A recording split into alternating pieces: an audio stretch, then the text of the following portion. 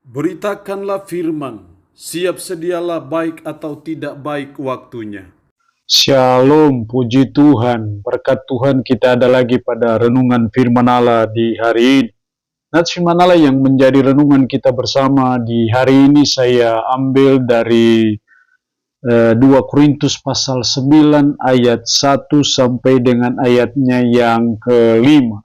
Secara khusus saya akan baca ayat 1 dan 2, firman-Nya berkata demikian.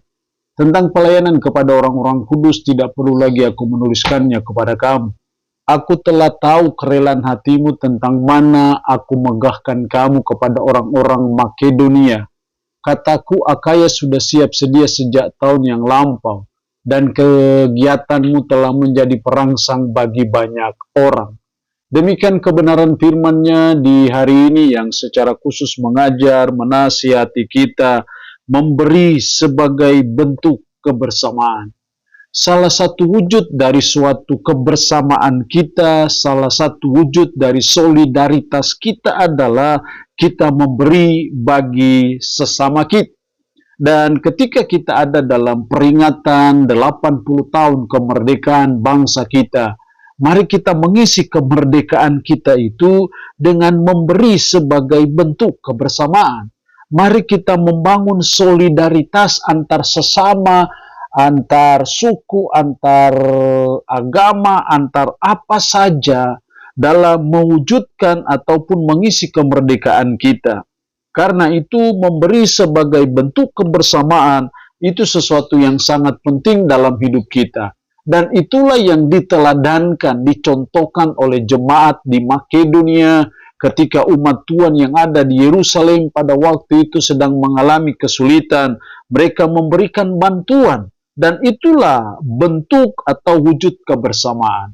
Nah, dari kebenaran firman Allah hari ini secara khusus kita akan melihat prinsip dalam memberi sebagai bentuk kebersamaan itu. Setidaknya ada 2 prinsip penting dalam hal memberi sebagai bentuk kebersamaan itu. Yang pertama dalam ayatnya yang pertama dan kedua tentang pelayanan kepada orang-orang kudus tidak perlu lagi aku menuliskannya kepada kamu. Aku telah tahu kerelaan hatimu tentang mana aku megahkan kamu kepada orang-orang Makedonia. Aku telah tahu kerelaan hatimu. Dari sini kita melihat prinsip yang pertama dalam memberi sebagai bentuk kebersamaan adalah mari kita memberi dengan kerelaan. Artinya bahwa kalau kita memberi dengan kerelaan berarti tanpa ada sungut-sungut, tanpa membicarakan satu dan lain hal. Seringkali kita sudah memberi sesuatu, itu sudah bagus sekali.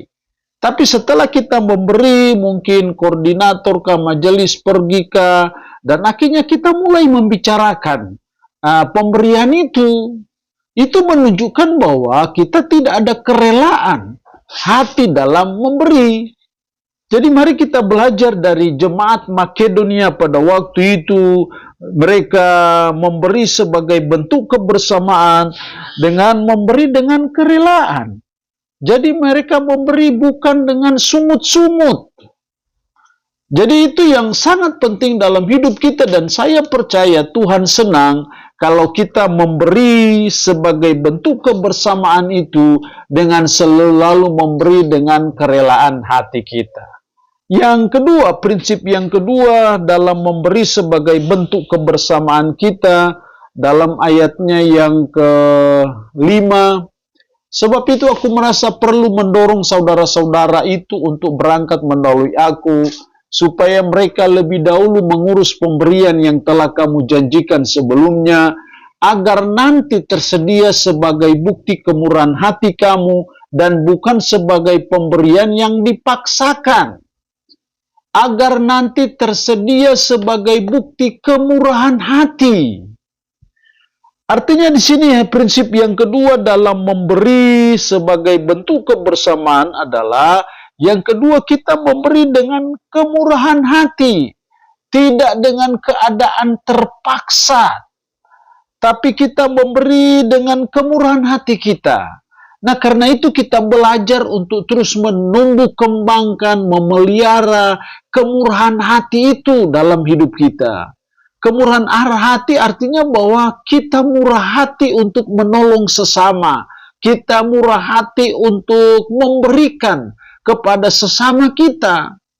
Dan Yesus pernah bersabda di bukit, di salah satu bukit, dalam khotbahnya di bukit, dia berkata, berbahagialah orang yang murah hati, karena mereka akan memperoleh kemurahan.